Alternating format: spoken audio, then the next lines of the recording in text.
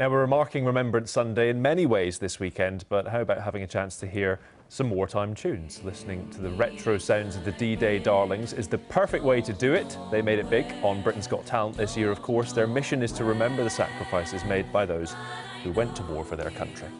Yes, with us now, what a treat, are singers Katie Ashby, Jessica Hudson and Amy Rhiannon of the D-Day Darlings. Thank you so much for coming in. Thanks for having us. Firstly, why do you do what you do? We love it. We love honouring heroes. We love keeping the memories alive for all those that sacrificed so much, obviously during World War I and World War II, but also current military as well. So we just want to touch all those lives that have sacrificed so much for all of us. Amy, how did it start, the D-Day Darlings? Well, I believe Katie was singing in old people's homes, singing songs that people wanted to hear, and that connection with those people from that generation. They love the songs that we sing. They enjoyed it so much.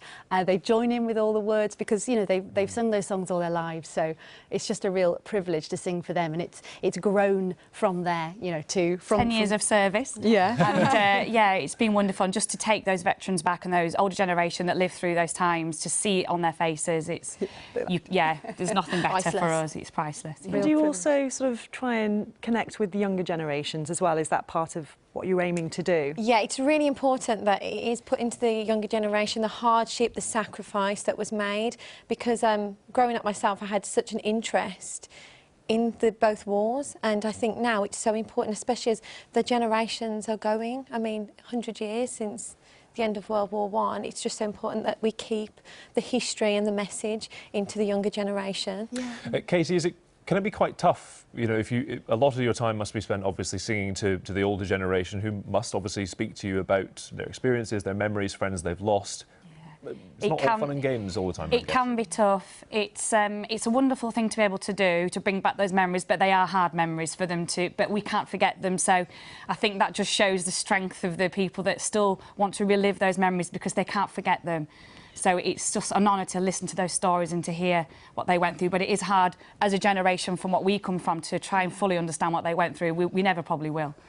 Presumably you can see visibly then them connecting with your performance. It must be quite emotional. They don't take their eyes off us. No. They don't take their eyes off us, and you can see tears in their eyes. Yeah. You can see stories in their faces, where they were when we have an air raid siren that plays at the start of the show. That is haunting, and you can see everyone has a different experience of that, and it's really moving, isn't it? Music is so emotive as well, and it's so important. I mean, we've had situations where people that have lost their memory sing every single word to our music, and their family are in tears because they're like, we haven't had a conversation with them for so long, but they know every single word. This music is so important.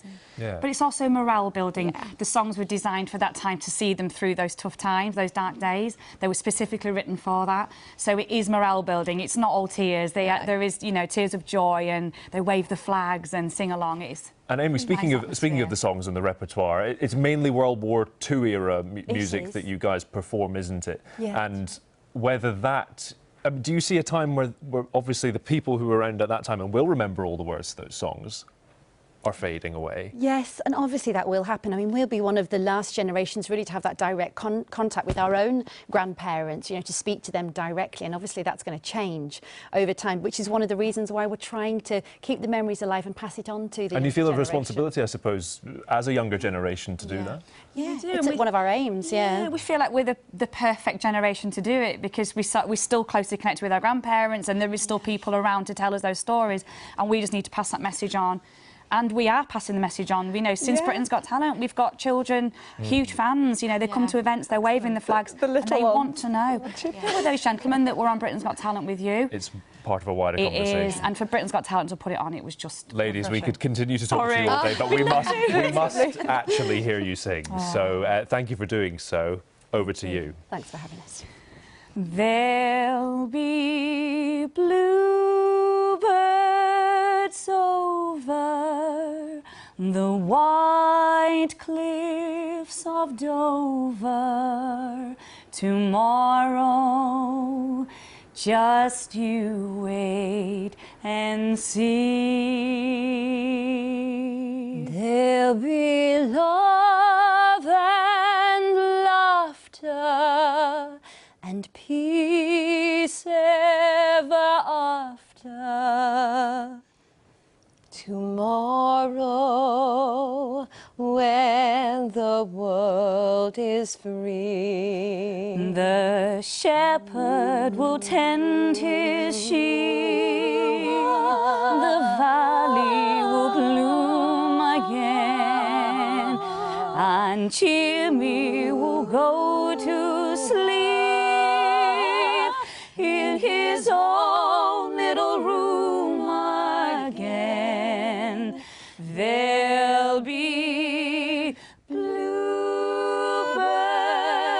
over the white cliffs of Dover tomorrow.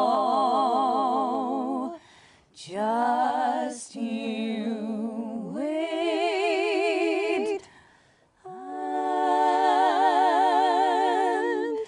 see.